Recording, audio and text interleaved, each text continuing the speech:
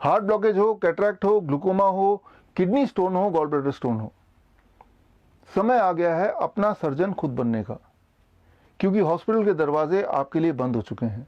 तो क्या हम हाथ पे हाथ रख के इंतजार करें कब वो दरवाज़ा दोबारा खुलेगा, या फिर कहीं ऐसा ना हो तब तक वो पेशेंट की सांसें ही बंद हो जाए? क्या हम इसके बियॉन्ड भी कुछ कर सकते हैं? The answer is yes. हम कर सकते हैं, बहुत कुछ कर सकते हैं, बहुत अच्छा कुछ कर सकते हैं। लेकिन आगे बढ़ने से पहले मैं एक अपडेट देना चाहूँगा अपने व्यूअर्स को। आपको तो पता ही है, पिछले 2 महीने से ज़्यादा वक्त हो गए मैं लगातार पेशेंट मांग रहा हूँ, कोरोना के पेशेंट जिन्हें मैं 3 स्टेप डाइट से ठीक करना चाहता हूँ। फाइनली मैं आपको बताना चाहूँगा कि मुझे कोरोना के पेशेंट मिल गए हैं, लेकिन भारत से नहीं, भारत की सरकार से नहीं, किसी और देश से। इसीलिए कॉन्फिडेंशियलिटी की वजह से इससे आगे मैं फिलहाल और डिटेल नहीं दे पाऊंगा। तो बात करते हैं आज के टॉपिक की, how to become your own surgeon. सबसे पहले मैं बात करता हूं हार्ट ब्लॉकेज, यानी कि कॉरोनरी आर्टरी डिजीज। इसका मतलब यह है कि वो ब्लड वेसल जो ब्लड सप्लाई करता है हार्ट के मसल को, उस ब्लड वेसल में कभी कभी ब्लॉकेज आ जाता है जिससे ब्लड फ्लो ठीक से नहीं हो पाता। इसीलिए ऐसे पेशेंट जब वो दौड़ते हैं या सीढ़ियाँ चढ़ते हैं या फिर हैवी कुछ उठाते हैं तो उनको दर्द होने लगता है, एंजाइना होता है, डिस्कम्फर्ट होता है। ऐसे में डॉक्टर बोलते हैं एंजियोप्लास्टी करा लो, बाईपास सर्जरी करा लो।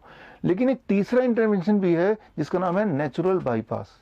नेचुरल बाईपास कोई मेरा बनाया हुआ कोई मेथड नहीं है, ये मेडिकली साबित प्रूवन मेथड ऑलरेडी है जो कि एमडी लेवल पे पढ़ाया जाता है। और नेचुरल बाईपास मतलब आपका बॉडी खुद ही सर्जन बन के ब्लॉकेज को रिपेयर करने का काम शुरू कर देता है। मैं इसको समझाता हूँ आसान शब्दों में। जब आप कोई कार खरीदते हैं, कार में 4 पहिए होते हैं, 4 पहिए के साथ साथ एक 5वां पहिया भी मिलता है आपको, जिसे हम बोलते हैं स्टेपनी। उस वक्त तो उस पहिए का कोई काम नहीं होता, लेकिन वो जो मैन्युफैक्चरर है उसने वो पहिया इसलिए डाल दिया कि आपकी सफ़र में कहीं अगर कोई एक पहिया पंचर हो जाए तब आप उसे रिप्लेस कर देंगे विद स्टेपनी, ताकि वो जर्नी आगे तक चले, बीच में ही ना रुक जाए।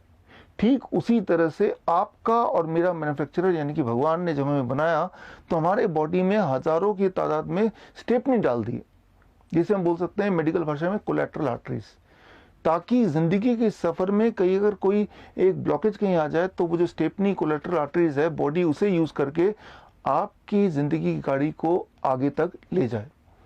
ये जो कोलैटरल आर्टरीज होते हैं वो बहुत ही छोटे होते हैं, माइक्रोस्कोप से वो आप देख सकते हैं।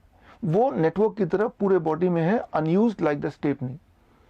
तो जब भी कभी ब्लॉकेज हो, चाहे वो हार्ट में हो या कहीं और भी हो, तो बॉडी अक्सर उस स्टेपनी को यूज कर लेता है।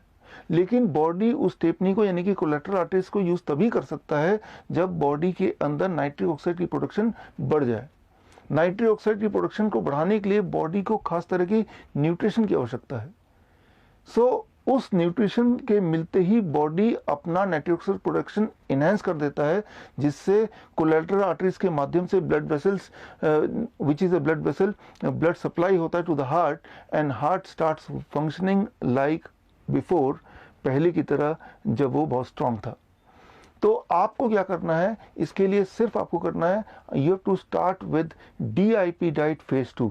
डीआईपी डाइट फेज 2 को अपनाना है। अब डीआईपी डाइट फेज 2 क्या है, इसके लिए स्क्रीन पे दिए हुए लिंक में जाके आप वीडियो देख सकते हैं।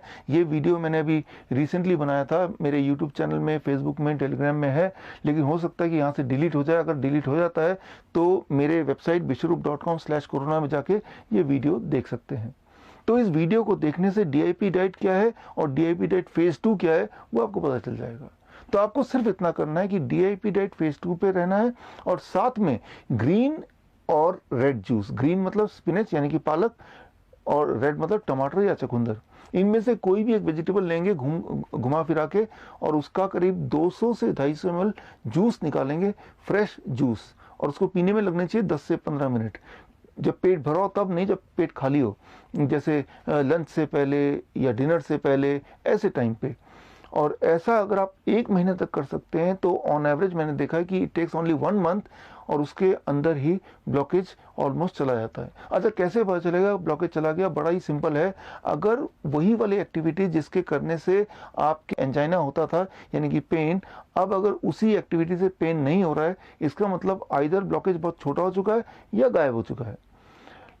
जब आपको आराम मिल जाए, जब पेन गायब हो जाए, उसके बाद फेज 2 डीआईपी डाइट की जगह अगर आप चाहे तो स्टैंडर्ड डीआईपी डाइट पे ही रह सकते हैं for rest of the life. Number 1। Number 2, जो ग्रीन एंड रेड जूस है उसका काम खत्म हो चुका है, अगर आप चाहें तो उसको डिसकंटिन्यू भी कर सकते हैं।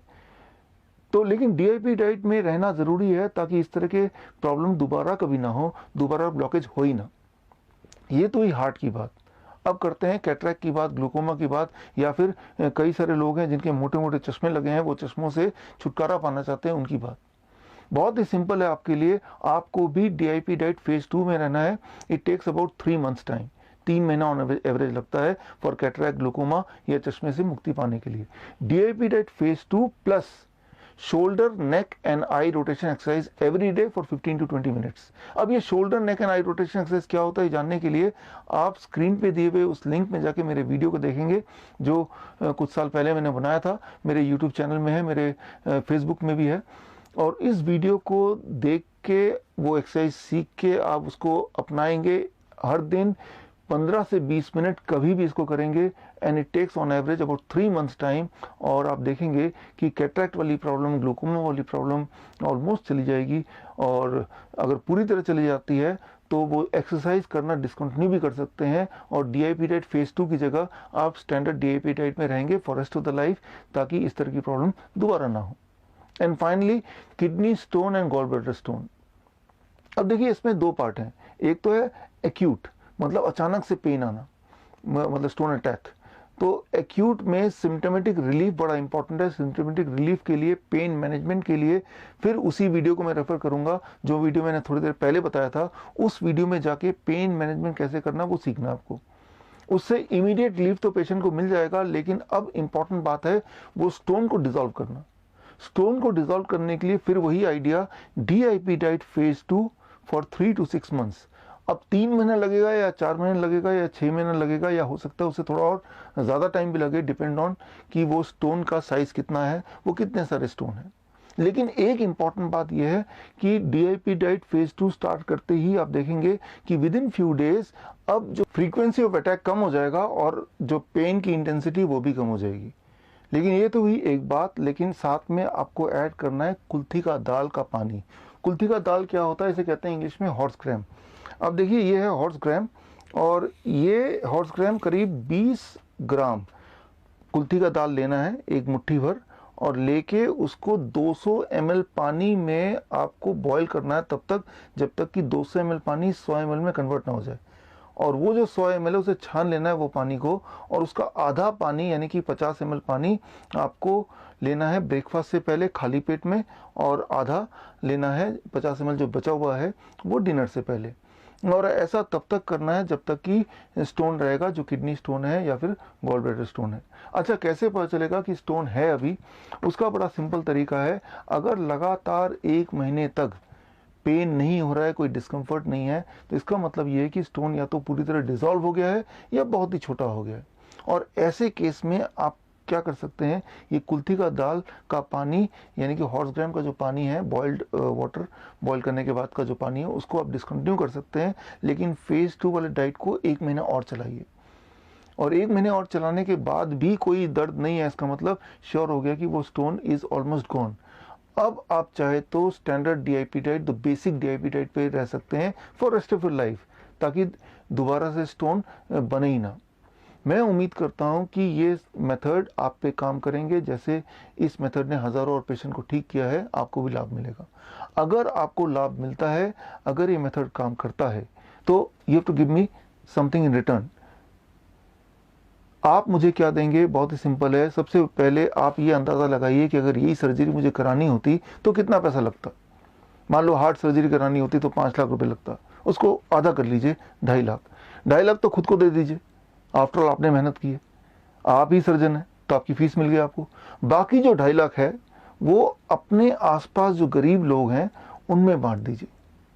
वो लोग जो रोज कमाते हैं और रोज खाते हैं, पिछले 50 दिन से ना तो कमाया, शायद खाया भी नहीं होगा, काफ़ी लोग तो मर ही चुके होंगे, उनको सख्त ज़रूरत है आपकी। और जब आप देंगे तो ये मत समझिए कि आप कोई एहसान कर रहे हैं, एक्चुअली वो भी आपको रिटर्न में कुछ देंगे। जो भी मेथड मैंने आपको बताया, इस मेथड से लगभग 70, 80, 90% तो आप ठीक हो ही जाएंगे। लेकिन फिर भी गुंजाइश रह जाएगी 10 से 15% की। वो गुंजाइश को पूरा करेंगे वो लोग दुआएं देके, उनकी दुआएं ज़रूर काम करेगी, आप ज़रूर दोबारा हेल्दी हो जाएंगे। एक दिन हम ज़रूर मिलेंगे। मैं doctor Biswaroop Roy Chowdhury, all the best, thank you, Jai Hind.